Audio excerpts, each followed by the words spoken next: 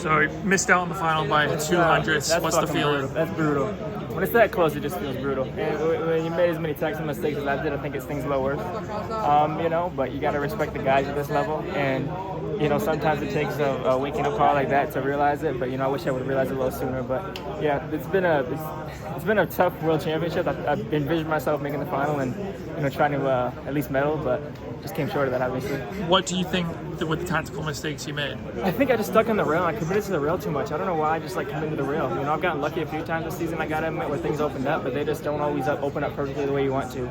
And you can't control the guy in front of you sometimes when they're not in the leading position either. So I put a lot of things in other people's hands, and I just got to take control of it. So yeah, it looked like at the break you had the opportunity to lead and you chose not to. Why? Yeah, I always said that. I even talked about it before. I was like, if I do have to lead at 200, I'm going to back off. I didn't really feel like controlling the race. I haven't controlled the race, and I didn't want this one to be the first time I have, in a few years. So I just decided to back off. And, obviously looking back, I probably maybe should have taken it, but hindsight's 2020. You said it had been a tough World Championships. How so? It's just been, it's just been hard in terms of the good competition. So a Gritty World Championships, Tokyo has been a great place and it's been a great host. But in terms of getting through rounds, I just thought I'd feel a little better. But obviously, you're at the world stage, nothing's going to feel great. It's always going to hurt, and I just have to expect that next time.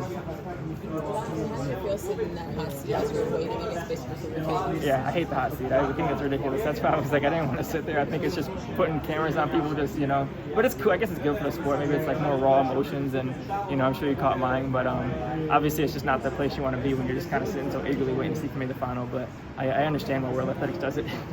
Not the ending that you wanted, obviously, but obviously a crazy comeback season. What do you think you take away from the season? Just hungrier than ever, I always said, just since I was sitting on the couch watching people at home, I was like, I want to be a part of it, I want to take part, and this year I feel like I did that, and I, helped U.S. just kind of show up in the Lewis run, and I just want to keep on doing that, I feel like an older guy with all these young guys coming up and stuff like that, and I just want to keep doing this as long as I can and see how much faster I can get. The last couple races get you excited for next year? Yeah, they definitely do, but man, I was just so focused on this season. I spent so much time away from home, I missed my fiance, all that sort of stuff, so I just really wanted to come back with something to show for all the weeks I've been gone, but it's fell short of it, and it's not all for nothing. It's been a good experience, but yeah, just gotta do better next time. I think a lot of people in the sport though, and a lot of fans were rooting and were really excited for your comeback. Did you feel that love and support this season? Definitely. I love the ride. You know what I mean? I want to see how far it could take me. It just came a little short this season, but I'm a greedy guy. I wanted to get as much as I could, and I just couldn't get it all out of me this season. I think I'm better than a 1:43.8 or whatever I ran, but